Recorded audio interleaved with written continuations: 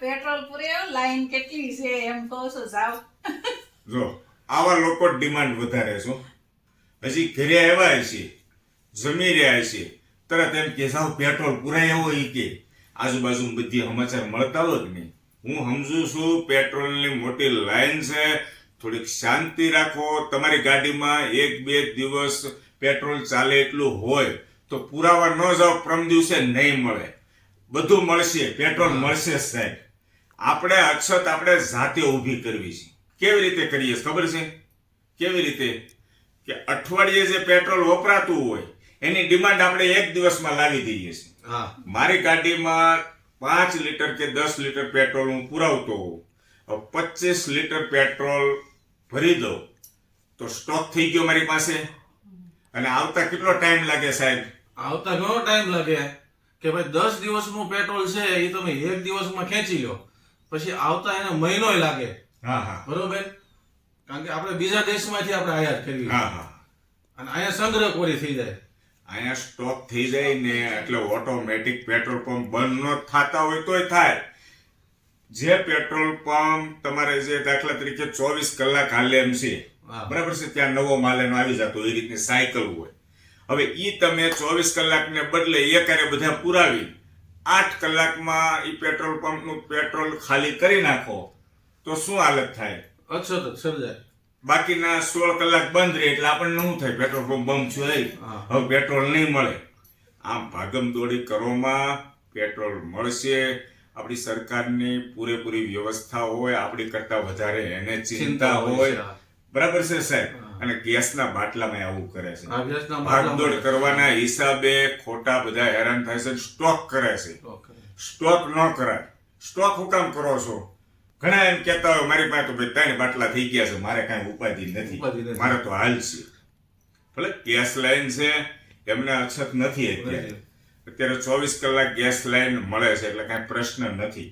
પણ જે ગેસની બોટલ, દાખલા તરીકે નાનું પરિવાર હોય, 1 મહિનો એને ગેસની બોટલ ચાલતી હોય તો એ 2 કે 3 બોટલની વ્યવસ્થા કરીને એની પાસે સ્ટોક રાખે કે મારે તો ભાઈ 4 મહિના ઉપાધિ નથી ગેસ. તો એ શું થયું? સ્ટોક થયો. અછત થાય. જેમ રોજિંદુ જીવનમાં આપણે જેમ ચાલે છે એ જ રીતે જો આપણે વપરાશ કરીએ ને એ રીતે ચાલીએ ને તો કોઈ પણ પ્રકારની અછત નથી. નકર તો અત્યારે જ મળતું બંધ થઈ જાય. યુદ્ધની વાત, યુદ્ધ તો ઘણા દિવસથી ચાલે છે. બધું શાંતિથી ભગવાનને આપણે પ્રાર્થના કરીએ, બધું શાંત થઈ જશે, થાળે પડી જશે, બધાને પેટ્રોલે મળશે, ગેસે પૂરતો પ્રમાણમાં મળશે. જે બોટલો છે ઈ પણ સંગ્રહ નથી કરવાનો. એટલે ગામડા વિસ્તારમાં કેવું થાય છે ખબર છે ભાઈ મિત્રો? કે વાડીની અંદર જે ટ્રેક્ટર ચલાવતા હોય ને તો એમાં ડીઝલનો ઉપયોગ થાય, બરાબર છે? તો ઘરે ઈ બેરલ ભરીને રાખતા હોય છે. તો એક બેરલને બદલે આજુબાજુના ગામમાં જ્યાં પેટ્રોલ પંપ હોય ને 2 બેરલની વ્યવસ્થા કરી સ્ટોક કરી રાખે છે. પછી સોરે બેઠા બેઠા કે આપણે તો કાંઈ ઉપાધિ નથી, 3 મહિના સુધી ડીઝલ મળે તો ન મળે. અરે સ્ટોક નથી કરવાનો. સ્ટોક કરશું તો ડિમાન્ડ વધશે. આ શુદ્ધ ગુજરાતીમાં કહીએ છીએ. તમારી ગાડીમાં અત્યારે 5 લીટરની જરૂર છે તો 5 લીટર જ પુરાવો, હું તો એમ કહું છું. પછી તમે એમ કહી દો મોટી ગાડી લઈને જાઓ કે 50 લીટર નાખી દો, બરાબર છે? તમે રોજિંદા વપરાશમાં તમે દાખલા તરીકે પેટ્રોલ પૂરવા જતા હો, 1500 2000 નું પુરાવતો એ રીતે જ પુરાવો. પછી હવે સીધા 5 નો ડટ્ટો આપો ને એમ કહો કાલે 5000 નો ફૂલ કરી દે ટાંકી. એવું નથી થવાનું. મળશે, શાંતિ રાખો. મળશે ને સાહેબ? મળશે. બસ આપણી જે સરકાર છે આપણા કરતા વધારે હોશિયાર છે. એનું બધું પ્લાનિંગ હોય છે. ચિંતા કરવાની કોઈ જરૂર નથી. અને હું તો ઘરે ઘરે મારી બહેનો અને માતાઓને કહું છું કે તમારા હસબન્ડને તમે મને જો અત્યારે કેમ કહે છે પેટ્રોલ પુરાય હોય કે નવરા બેઠા બેઠા ગપાટા મારો છો, બે હાટુભાઈ એમ તમે ધકેલતા નહીં, બરાબર છે? મળશે તમતારે.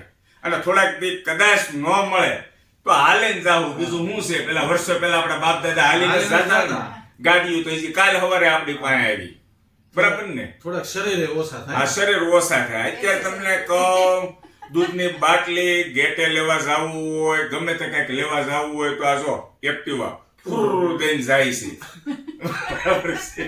એમાં આવા શરીર છે. થોડી કસરત થાય બે વાર બરાબર ને? હવે શાંતિ રાખો. કાળિયો ઠાકર બધું ઠીક જ કરશે અને ભગવાનને આપણે સૌ પ્રાર્થના કરીએ બધા ભેગા મળીને કે બધું શાંત વાતાવરણ થઈ જાય. આજે મેં વાત સાંભળી હતી 1.5-1.5 કિલોમીટર લાંબી લાઈન પેટ્રોલ છે ને? મેં જોઈ. જોઈને એટલે ભાઈ બધું રેડી જ થાય. વધારે કાંઈ કહેતો નથી અને બોલવા ચાલવામાં અમારાથી કાંઈ ભૂલ થઈ ગઈ હોય તો માફ કરી દીજો મિત્રો. અમને જેવું લાગ્યું એવું તમને કીધું. સૌ મિત્રોને જય શ્રી કૃષ્ણ.